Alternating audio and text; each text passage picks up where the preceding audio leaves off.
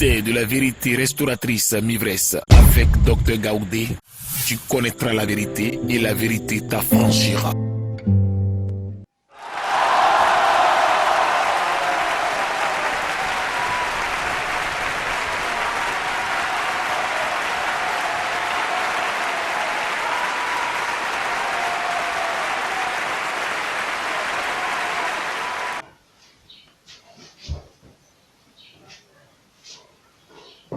Je vous salue dans le nom de Jésus de Nazareth. Le moment de la parole est arrivé. Toi qui suis cette vidéo, baisse la tête. Père, viens parler à tes enfants. Je ne suis qu'un instrument, je ne suis qu'un outil de transmission.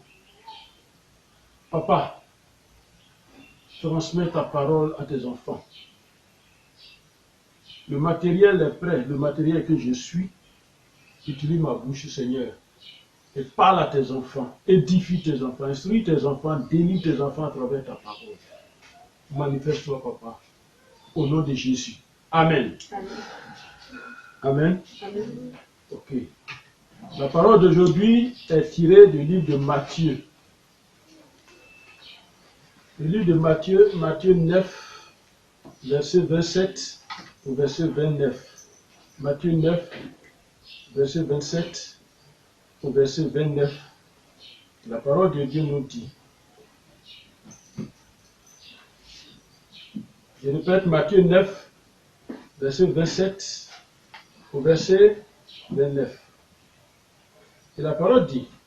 Étant parti de là, Jésus fut suivi par deux aveugles. Jésus fut suivi par deux aveugles. Qui criaient, aie pitié de nous, fils de David. Lorsqu'il fut arrivé à la maison, les aveugles s'approchèrent de lui. Et Jésus leur dit, croyez-vous que je puisse faire cela? Oui, Seigneur, lui répondit-il. Alors il leur toucha les yeux en disant, qu'il vous soit fait selon votre foi. Amen. Amen. Et donc, la parole est tirée donc de Matthieu 9, verset 27 à 29, dit, étant parti de là, Jésus fut suivi par deux aveugles qui criaient, aie pitié de nous, fils de David. Lorsqu'il fut arrivé à la maison, les aveugles s'approchèrent de lui et Jésus leur dit, croyez-vous que je puisse faire cela? Oui, Seigneur, lui répondit-il. Alors il leur toucha les yeux. En disant qu'il vous soit fait selon votre foi. Amen. Amen. Parole de l'Éternel. Nous sommes sur un thème très important pour la vie chrétienne. C'est un thème important pour la vie chrétienne. Et je rappelle que nous avons vu qu'est-ce que la foi. D'où vient la foi? Et donc, dans d'où vient la foi, on a vu aussi la foi vient de ce qu'on entend. Et on a vu aussi la foi vient de la parole de Dieu. Donc, comme thème général, nous parlons de la foi. Et c'est la suite aujourd'hui. Parce que la foi est un grand et profond thème. Chaque chrétien doit savoir qu'il est important d'avoir la foi. C'est pourquoi la Bible dit, sans la foi, il est impossible d'être agréable à Dieu l'Éternel. Alors, suis-moi très bien dans cette suite-là. La suite de l'enseignement. La suite qui est tirée donc de Matthieu 9, verset 27-29 que nous venons de lire. Deux aveugles suivaient Jésus en criant, aie pitié de nous, fils de David. C'est ce que les deux disaient. Ils criaient après Jésus, disaient, aie pitié de nous, fils de David. Comme ces aveugles importunaient Jésus, il a posé une question. Croyez-vous que je puisse faire cela? Jésus voyait que les deux étaient aveugles. Mais Jésus leur demande, est-ce que vous croyez que moi Jésus, je peux faire ça? Croyez-vous que moi Jésus, je peux vous guérir? Et les aveugles répondent, oui, Seigneur.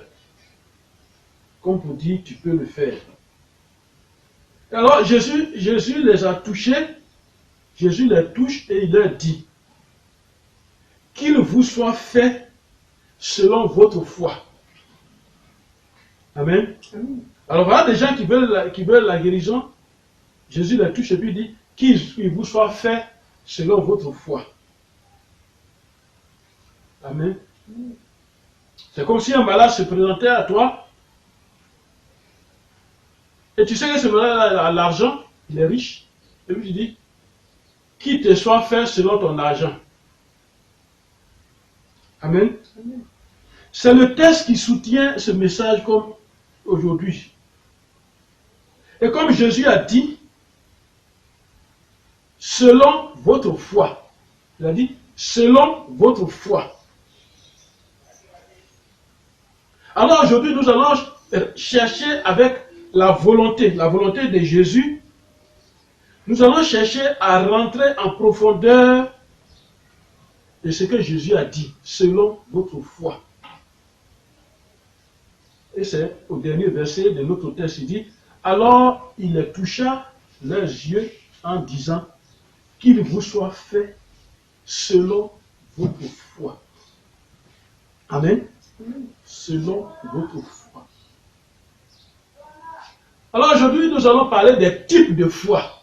Les types de foi. C'est le thème du jour, les types de foi. Jésus a dit aux aveugles, qu'il vous soit fait selon votre foi. Selon votre foi signifie quoi? Chacun d'eux avait sa foi. Ils sont deux aveugles. Chacun d'eux avait sa foi. Et chacun de nous a sa foi en Christ. Malgré le nombre d'années dans la vie chrétienne, tu as ta foi. Quelle est ta foi? Toi qui m'écoutes, quelle est ta foi? Toi qui es chrétien ou pas, quelle est ta foi ou comment est ta foi? Nous venons à Christ avec nos croyances. Et nous les conservons. Et pourtant, la parole de Dieu nous dit, la parole de Dieu dit, quand on est en Christ, les choses anciennes sont passées et toutes choses sont devenues nouvelles. Amen. Mais nous conservons nos croyances. Puisque chacun de nous a un niveau de foi. C'est ce qu'il voulait dire. Chacun de nous a un niveau de foi. Alors toi qui m'écoutes, quelle est ta foi? Dans la référence biblique que nous avons lue, nous avons retenu selon votre foi. C'est-à-dire selon le niveau de ta foi. Ils sont deux aveugles. Et Jésus leur dit qu'il soit fait selon le niveau de votre foi. Alors toi qui m'écoutes, quel est le niveau de ta foi? Pourquoi Jésus l'a dit? Parce qu'il sait que dans ce monde, il y a beaucoup de foi. La foi, là, c'est nombreux dans ce monde. Et c'est ce que nous verrons aujourd'hui. Les niveaux de foi. Et c'est pourquoi nous parlons de les types de foi. Des types de foi. Alors, suis-moi bien. Les types de foi. Qui est tiré de ce grand thème, la foi. Et nous avons défini selon la foi, selon la Bible, nous avons défini la foi. Et dans cette définition, nous avons découvert deux mots. L'assurance et la démonstration. Et je rappelle donc que nous avons parlé des deux provenances de la foi. Et je vous conseille donc de revoir toutes ces vidéos-là. Amen. Nous vivons dans un monde rempli de tout pouvoir. Ce monde-là, il est rempli de tout pouvoir.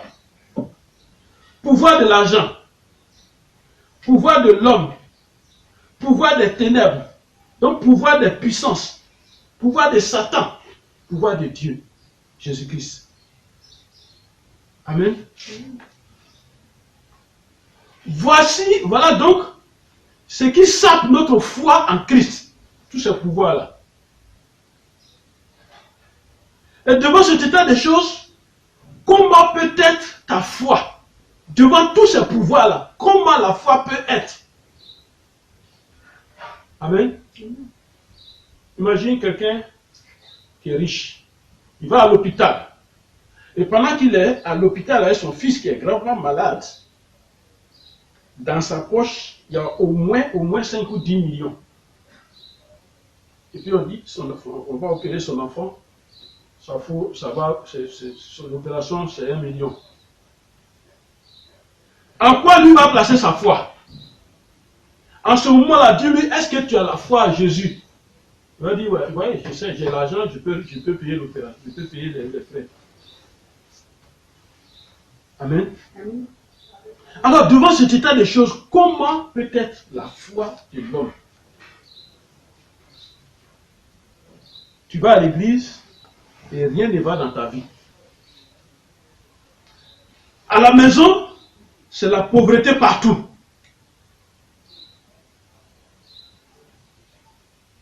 Tu gères l'argent de ton lieu de travail, de ta société. Comment sera ta foi?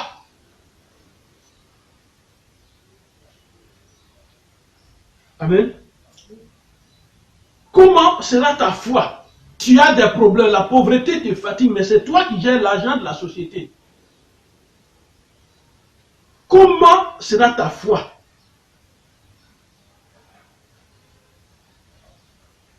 Amen. Tu es une femme et tu n'arrives même pas à subvenir à tes besoins élémentaires. Et tu es un homme et tu n'arrives pas aussi à subvenir à tes besoins élémentaires de la vie. Toi qui m'écoutes, devant toutes ces tentations du monde, quelle sera ta foi? Notre Seigneur Jésus a dit dans sa parole, il a dit, pourquoi dormez-vous? Pourquoi dormez-vous? Pourquoi tu dors? Pourquoi tu dors sur ta situation? Chrétien. Pourquoi tu regardes ta situation, tu ne dis rien, tu ne fais rien, tu dors sur ta situation?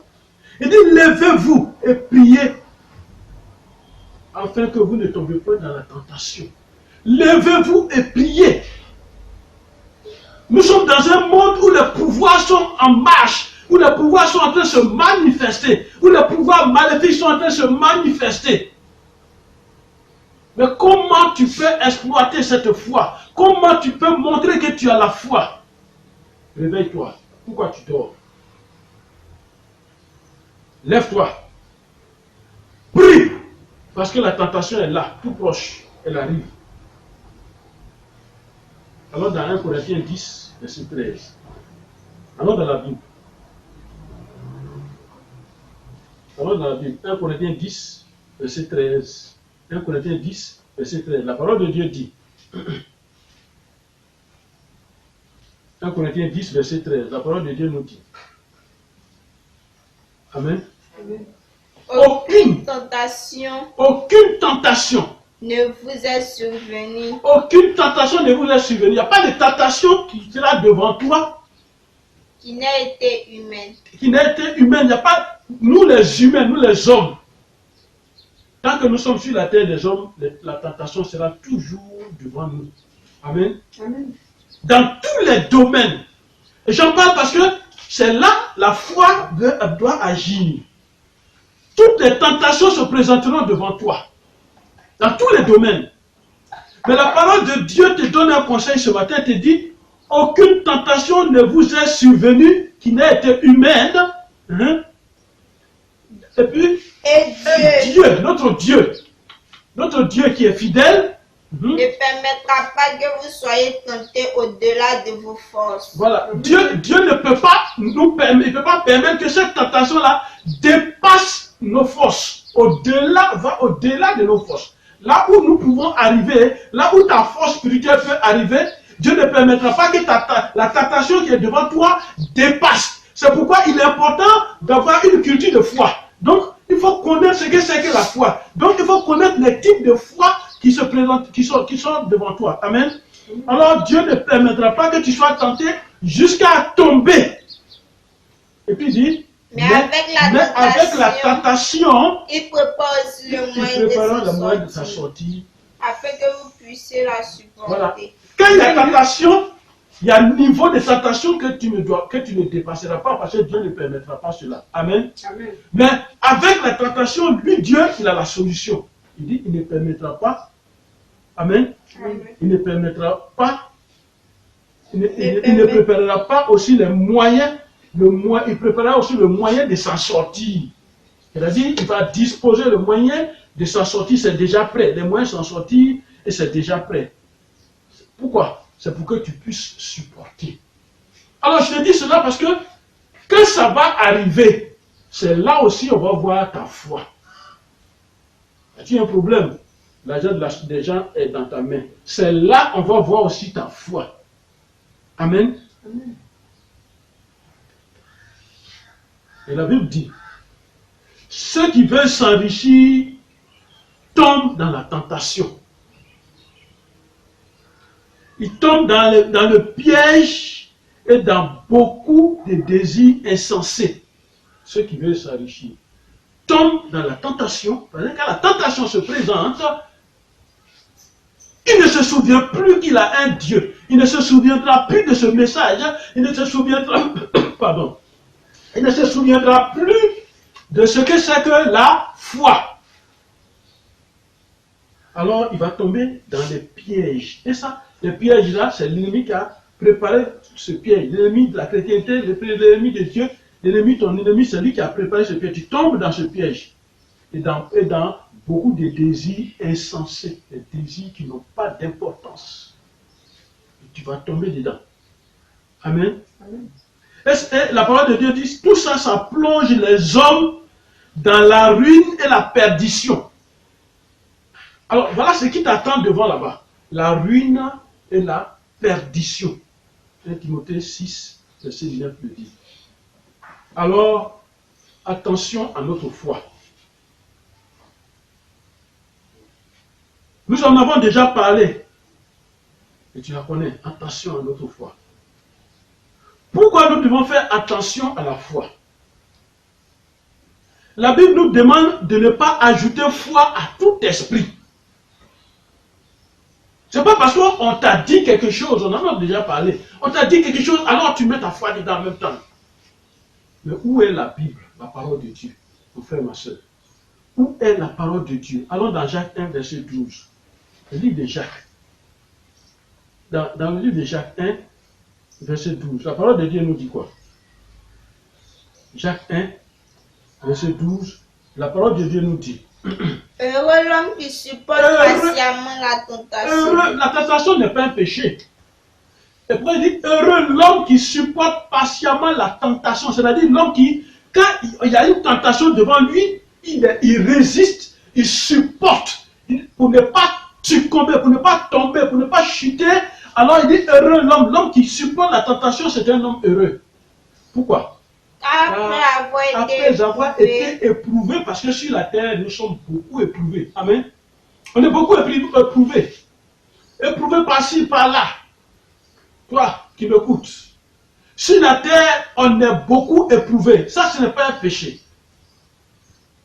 Après avoir été éprouvé, qu'est-ce qu'il va voir? Il recevra la couronne de vie. Amen. La couronne de vie. Il n'aura même plus honte. Il n'aura pas honte. Il va s'en sortir. Et il sera heureux. La couronne de vie que le Seigneur a promise à ceux qui l'aiment. Et tu vas recevoir cette couronne de vie. Amen. Veux-tu cette couronne de vie? Voilà le secret de la vie. Amen. Alors pourquoi Jésus a dit aux aveugles qu'ils soient faits selon votre foi? Pourquoi Jésus a dit ça? Est-ce que Jésus ne voyait pas qu'ils sont aveugles, ils ne voient pas clair? Et pourtant, eux, ils crient derrière Jésus, aie pitié de nos filles de David. Mais pourquoi Jésus peut dire qu'ils soient faits selon votre foi? Jésus pourrait toucher les yeux, ou bien ne pas toucher, puis dire que le miracle soit. Et puis, ils vont voir. Amen. Pourquoi Jésus a dit ça? Vous voyez, il y a plusieurs types de foi. Il y a aussi ta vie. Amen. Il y a plusieurs types de foi. Et comme il y a plusieurs types de foi, il y a aussi la vie dans la parole de Dieu. Est-ce que tu me suis? Il y a la vie dans la parole de Dieu. C'est pourquoi on te dit d'aimer la parole de Dieu. Parce qu'il y a la vie dans la parole de Dieu. Et nous savons que la foi vient de la parole de Dieu. Alors, la vie se trouve dans quelque chose. Et on te dit de cette chose-là vient une autre chose, bonne chose. Alors, il faut considérer. Amen. La foi vient de la parole de Dieu. Et c'est pourquoi la foi doit venir de cette parole-là. Ta foi doit venir effectivement de cette parole. Beaucoup de foi existent sur la terre. On comprend pourquoi Jésus a prononcé cette phrase qui soit faite selon votre foi. Il y a beaucoup de foi sur la terre. Et cela dépend du Dieu que nous avons choisi. Cela dépend du Dieu que toi tu as choisi. Voilà, Jésus se trouve devant deux aveugles. Ces deux aveugles-là ne sont pas des enfants. Et Jésus se trouve devant ces deux aveugles-là. Et ces deux aveugles-là, chacun avait son Dieu. Vous voyez, ce qu'on dit, ce qu'on appelle chacun a son Dieu, c'est que tu aimes plus là, c'est ça qui est ton Dieu. Regardez dans vos vies, ce que vous aimez le plus, ce que tu aimes plus. On met ça là, on met l'Éternel là, toi-même tu vas voir comment ton cœur est. Ce que tu aimes plus est ton Dieu. Alors voilà les deux aveugles qui se trouvaient devant Jésus avec leurs deux dieux, chacun son Dieu. Pourquoi il dit, cela dépend du Dieu que tu as choisi. Voyons maintenant ce type de foi. Puisqu'il a dit que cela soit fait selon votre foi, c'est-à-dire vos niveaux de foi. Que cela soit fait selon vos niveaux de foi. Si ton niveau de foi est à 1 mètre du sol, alors c'est à ce niveau de foi-là que Jésus va te satisfaire. Mais si ton niveau de foi va au-delà, voilà, Jésus va te satisfaire selon ton niveau de foi. Pourquoi? Parce que ces aveugles-là qui sont venus voir Jésus, et puis Jésus a dit que cela soit fait selon votre foi. Il y a un d'entre eux qui pourrait dire, j'ai vu un ophtalmologue qui va me prescrire des lunettes, je porte des lunettes et je vais voir clair. Voilà son niveau de foi.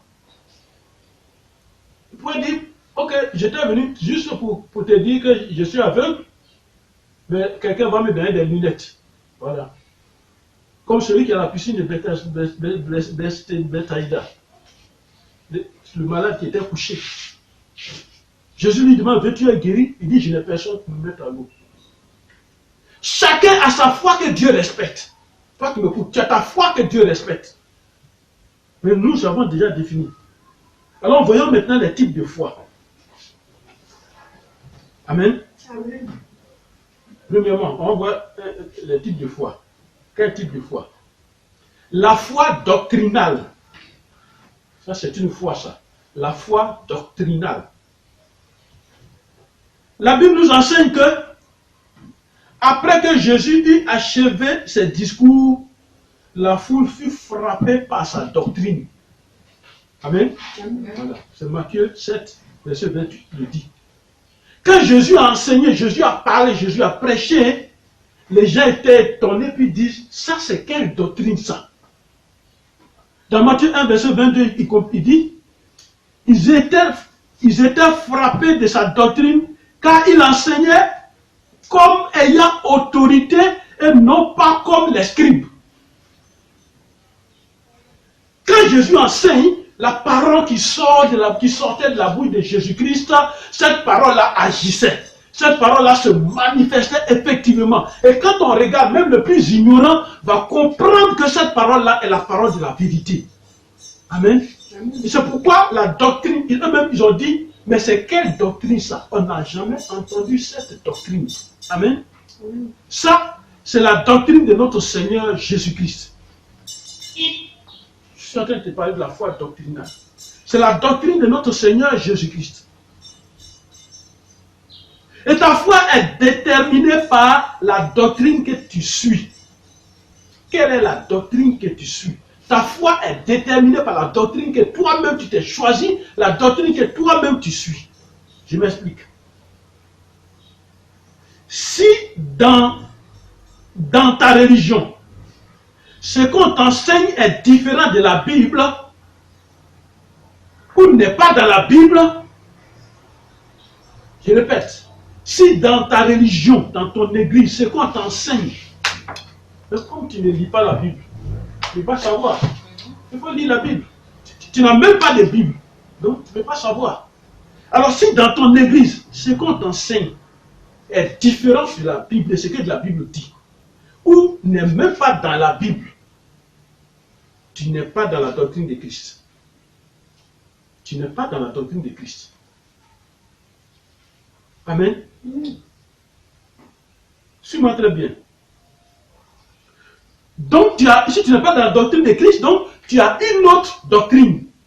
Tu as une autre foi doctrinale. C'est-à-dire une foi qui est liée à une doctrine. C'est ça ta foi. Or, ce que nous les cherchons en tant que chrétiens, c'est la doctrine de Christ. Donc, la foi qui est en phase, la foi qui est liée à la doctrine de Christ. C'est cette foi-là que toi, tu dois rechercher. Amen.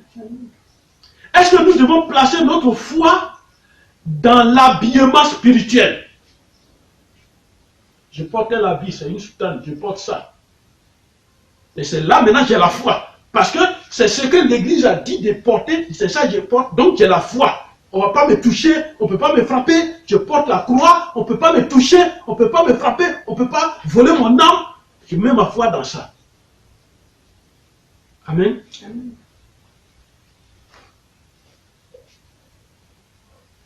Est-ce que nous devons placer notre foi dans les ornements religieux?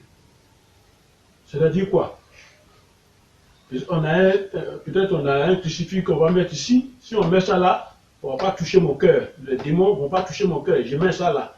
Je porte une croix, moi, je ne porte même pas de croix. Je porte une croix au cou, voilà, là on ne me voit pas. Quand on rentre dans ma maison, dès qu'on ouvre le salon, il y a une croix qu'on doit voir directement. Voilà, c'est ça qui va me protéger. Et on met une grosse croix là.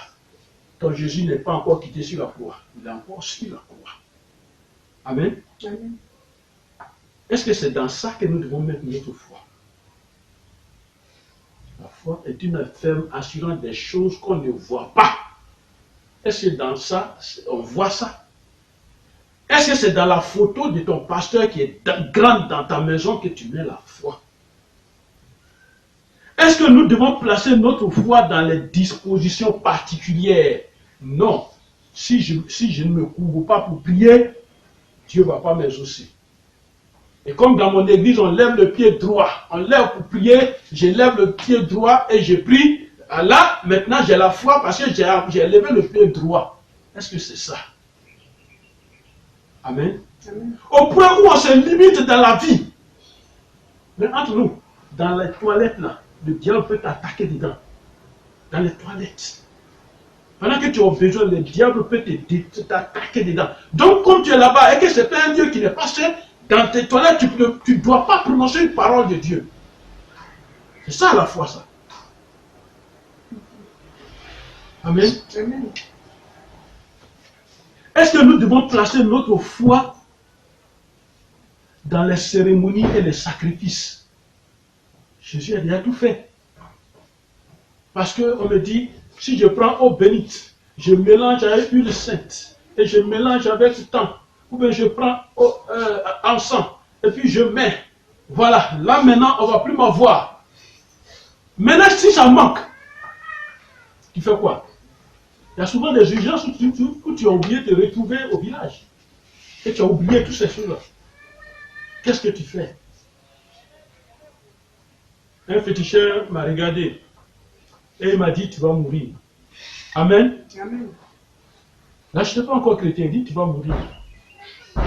Alors, il y a un sacrifice à faire, il y a une cérémonie à faire. Prends un œuf, et puis, tu vas au bord de la route et tu lances l'œuf au milieu de la route. S'il ne se casse pas, tu es mort.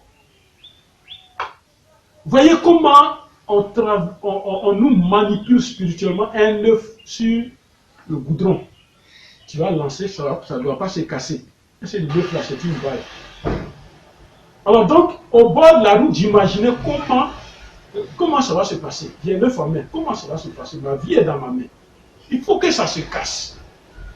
Et je me suis dit, je lance l'œuf aussi. Le temps que l'œuf en l'air, moi je descends l'œuf, je marche dessus en même temps. Vous voyez les manipulations qu'on nous fait. Amen. Venu à Christ, les hommes de Dieu ont commencé à me donner les mêmes choses encore. Est-ce que c'est dans ça que je dois placer ma foi? Amen.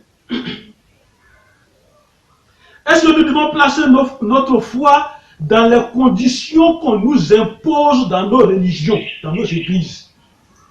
Si tu ne fais pas ça, Dieu ne fait pas ça. Aïe! Si tu ne donnes pas, Dieu ne te donne pas. Je vous dis toujours, tout ce que nous les humains nous faisons, nous l'avons pris de Dieu.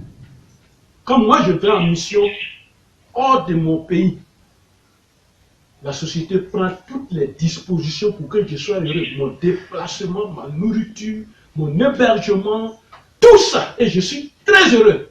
Alors pourquoi Dieu t'envoie sur la mission, en mission sur la terre, et puis il va t'abandonner, il ne te donne rien, et puis il te donne des conditions. Alors quels sont les moyens de cette mission alors? Si tu dois être malheureux parmi les hommes pour ne pas faire cette mission. Mon frère, fais attention. Fais attention. Que nous dit la parole que nous dit la Bible devant toutes ces choses? Est-ce que nous devons encore placer notre foi dans les traditions? C'est un choix dans la vie spirituelle.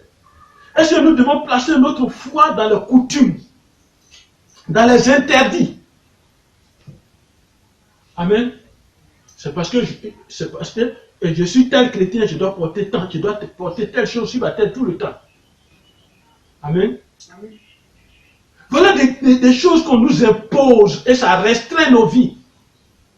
Quand tu venais sur la terre, tu es venu, Dieu t'a imposé quelque chose.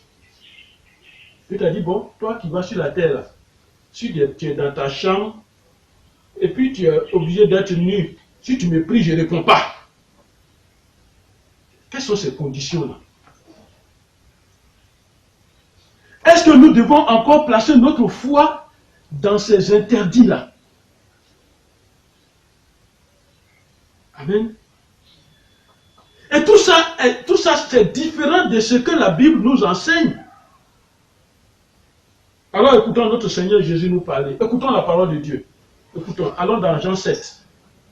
On va écouter Jésus nous parler. Jean 7. Jean chapitre 7. Verset 16 à 17. Jean 7, verset 16 à 17. On va écouter la parole de Dieu. Jésus leur répondit. Ma doctrine n'est pas de moi. Voilà, ma doctrine n'est pas de moi. Ma doctrine que vous avez écoutée, et que vous êtes frappé de ma doctrine n'est pas de moi. Amen. Voilà un homme humble, Jésus-Christ de Nazareth. Bien qu'il soit fils de Dieu, venu sur la terre parler aux hommes, il pourrait dire, moi je suis fort, hein, c'est moi qui dis ça, je suis fort. Il dit non. Vous êtes étonné de ce que je fais. Non.